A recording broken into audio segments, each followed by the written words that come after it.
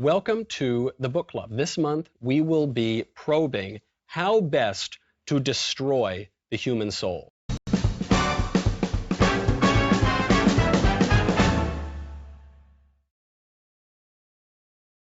Thank you for having me. I guess this whole book is a book of misinformation, because this book is a series of letters from one demon, SCREWTAPE, to his demon nephew, Wormwood, about all the things that Wormwood should do to human souls. Yeah. That will be really good, but it'll be good for the demons. It'll be terrible for the human beings. At the same time, it's like a playbook, because for Christians or, just laypersons encountering this from the outside, it's like you've stolen the other team's playbook and you're looking at it to get ideas for what their strategy is and how you can counter it.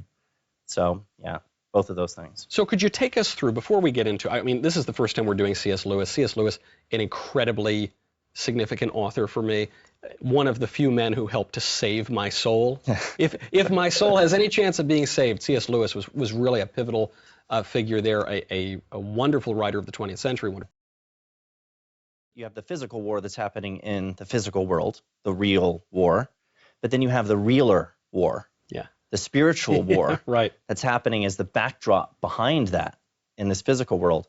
And that's the tug of war between, the forces of good and evil battling each other for the souls of men. And that's, that's really kind of the stage for the whole thing. And it's not a Manichaean war, to use an ancient term. It's not that, good and evil are basically on equal footing here. Right. The good guys are going to win. It's not like the devil is actually going to defeat God, but there can be a lot of casualties along the way. Right. That the stakes are quite real, if not for the world, because the devils and the demons are inferior. They're less agile, they're evil. Right. It's not that they're going to overwhelm God, but they can win over a lot of souls.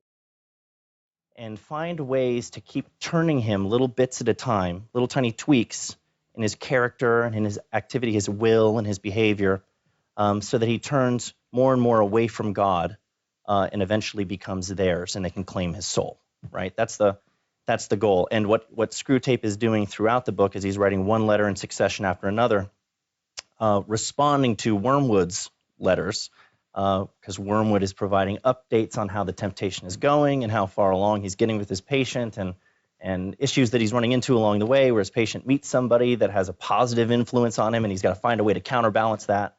And so SCREWTAPE is giving advice, demon advice, throughout the story, and ultimately trying to, claim his soul. And the book is trying to bring to light what's happening behind the scenes, and I think give us some insight into how we can be aware of some of these things that are happening.